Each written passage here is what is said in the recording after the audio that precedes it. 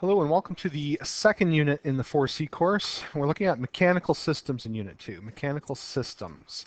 So today's topic is forces in free body diagrams.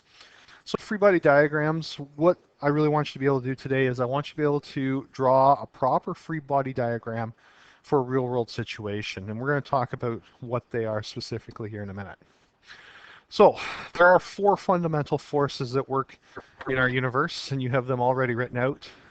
We have gravity, and that's the attraction between objects that have mass. Okay, so that's you standing on the planet. You have gravity because your mass is attracted to the Earth's mass, so it's that attraction.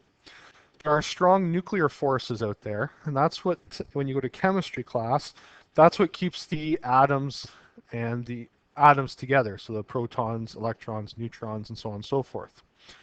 Weak nuclear forces, and they're the ones that are responsible for making things radioactive, your gamma rays and so on and so forth.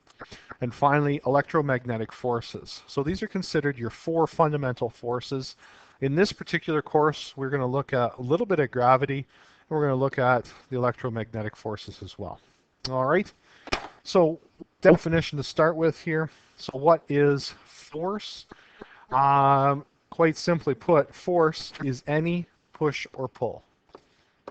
Any push or pull.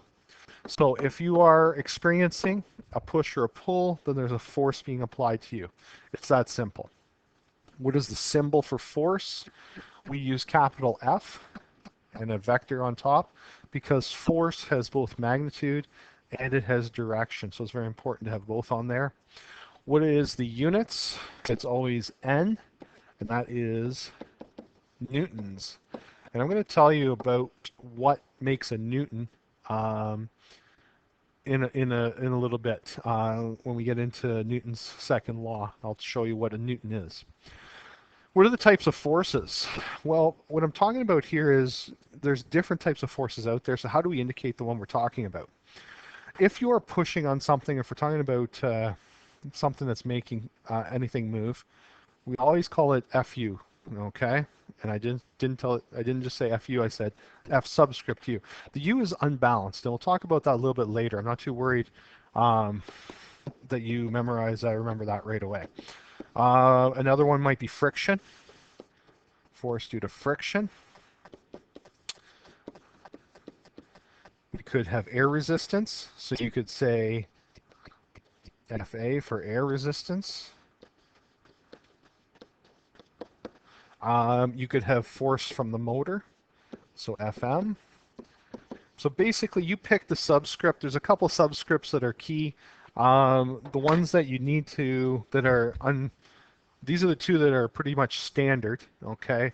The other ones, if you have a motor force, if you have a boy pushing, you can go FB for the boy, but you can name it yourself. So there's a whole bunch of types of forces out there, and those are how you would indicate which one you're talking about, because we're going to use capital F for all of them. It's the subscript that helps keep them apart or tell which is which. All right. So free body diagram. So maybe let's pick this off one at a time. Okay. So what is a free body diagram? It's just a vector diagram showing forces acting on an object. So you're just going to draw the forces acting on an object. Okay. What it does is it helps us visualize what's going to happen to the object, whether it's going to move left, whether it's going to move right, or what's happening.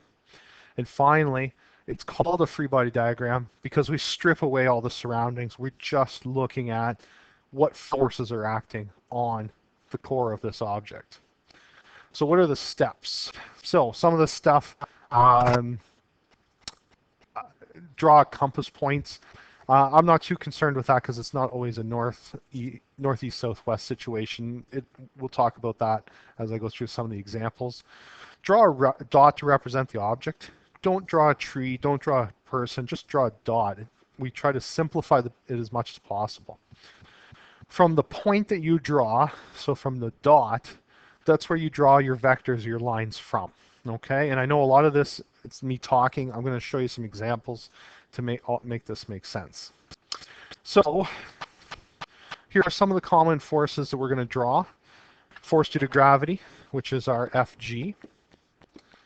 Okay, so when we're talking about gravity, Fg, normal force. I want to talk about normal force for a second. Normal force is the force of the ground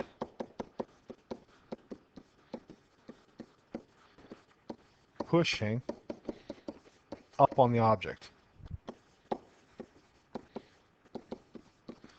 All right, very important. And it is always perpendicular to the ground. Perpendicular to the ground. Very important. All right, that last statement right there when we go to draw it. Okay, so normal force, so there's a definition of the normal force. It always is perpendicular. So normal force, let's talk about what that is for 1 second. If you're probably sitting in a chair right now watching this video, you feel the chair pushing up on your bum. That push up on your bum, that's your normal force. All right. It is the earth's surface or the chair or the car, whatever, pushing up on you so that you don't fall through the ground. Okay. Force due to friction, we'll talk about that in much more detail, FF. And the applied force, again, that's the FU. All right, or FA as well. I guess for the applied force at this point in time, we're a little early for the FU. Let's go with FA for now. Okay. So let's see what this looks like. Okay, this is a lot of talk. When you come back and look at this after, it'll make a lot more sense. Okay, so draw a free body diagram for the following. FBD is short for free body diagram. A car traveling with a uniform velocity. Here's my car. All right, and I'll put the ground in for argument's sake. What is acting on the car? Okay, what forces are acting on the car? Well, you have gravity pulling the car down. If you didn't have gravity, the car would kind of float off into space and you probably would never make it to school because you're off in the atmosphere somewhere.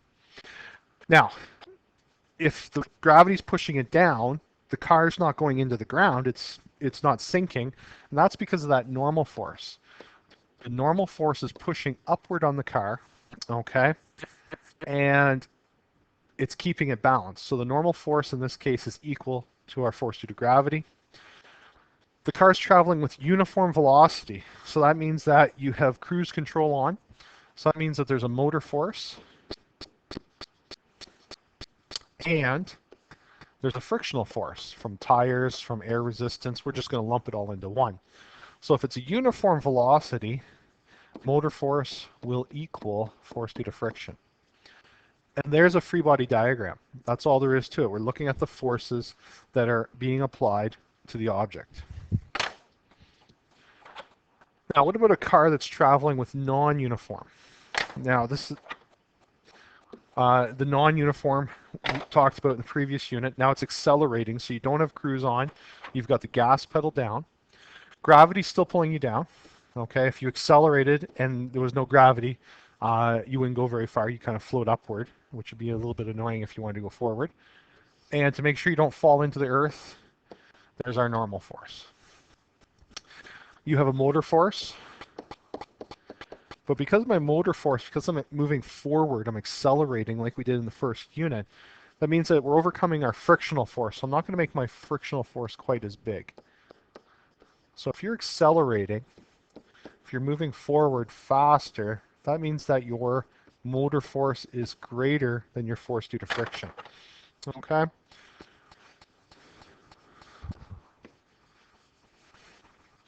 So there are the forces that would be acting on a car. Let's talk about an apple. So don't draw the apple. Here's the apple. There we go. It's a dot. What forces are acting on a falling apple? Well, why is the apple falling? Well, the Earth's pulling it downward, so we have a force due to gravity. All right. Now, this is where a lot of people mess up. There's no normal force here. Why is there no normal force? It's because the apple is not sitting on the ground. Okay. Is there anything that's opposing the apple falling? And some of you are going to be saying, well, there's some air resistance, and you're absolutely correct. Excuse me. That's the only two things that are acting on this apple. Okay, that's it. Next, what happens if we put a box on a slope? Here's my box. Always start off with the easy one, start with gravity. Gravity always pulls us straight down. Now, normal force is always perpendicular to the ground if there's ground. The apple, there was no ground. Here we do have ground. So the normal force is perpendicular, all right, to the ground. So there's our normal force. Now, if you're on a slope, the box might be moving, might not be moving, we don't know. What's pulling it down the slope? Well, gravity is pulling it down the slope. What's stopping it from going down the slope? And that is our force of friction. So there is a box on a slope. The forces are associated with that. Okay, now let's talk about a thrown ball. So a thrown ball.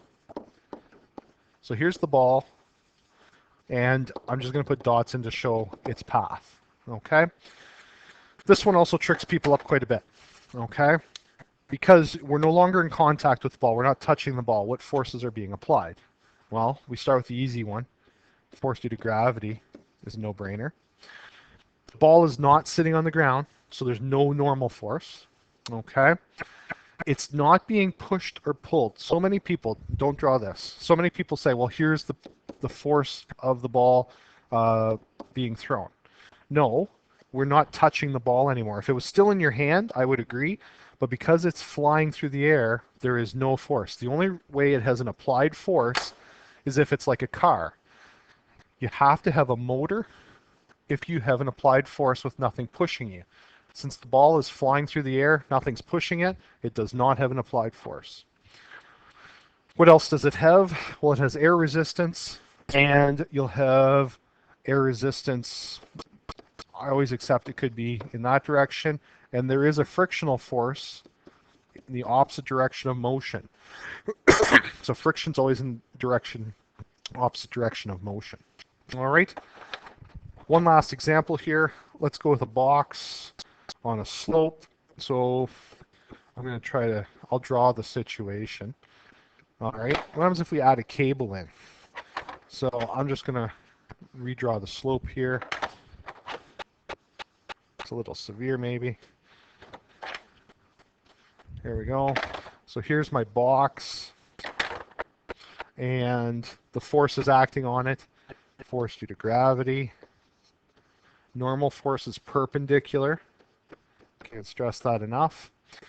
Now this cable here is helping the box stay stationary. So I would just draw in the direction of that cable Ft, which would be force of tension, and there would be a frictional force opposing motion. So there we go. All right, so if there's cables involved, we can just write it as Ft for tension, and that will indicate all the forces that are acting. So there is your first task. All you're doing today, you're going to answer a couple quick questions about forces, and then you're going to draw me a bunch of free body diagrams on the handout. You're just practicing breaking it down to its basic vectors or forces that are applied and identifying where they are. We're going to worry about the calculations a little bit later as we move through. All right, so if you have any questions, if you have any further questions that come from these examples, let me know, and we'll move on from there. Good luck.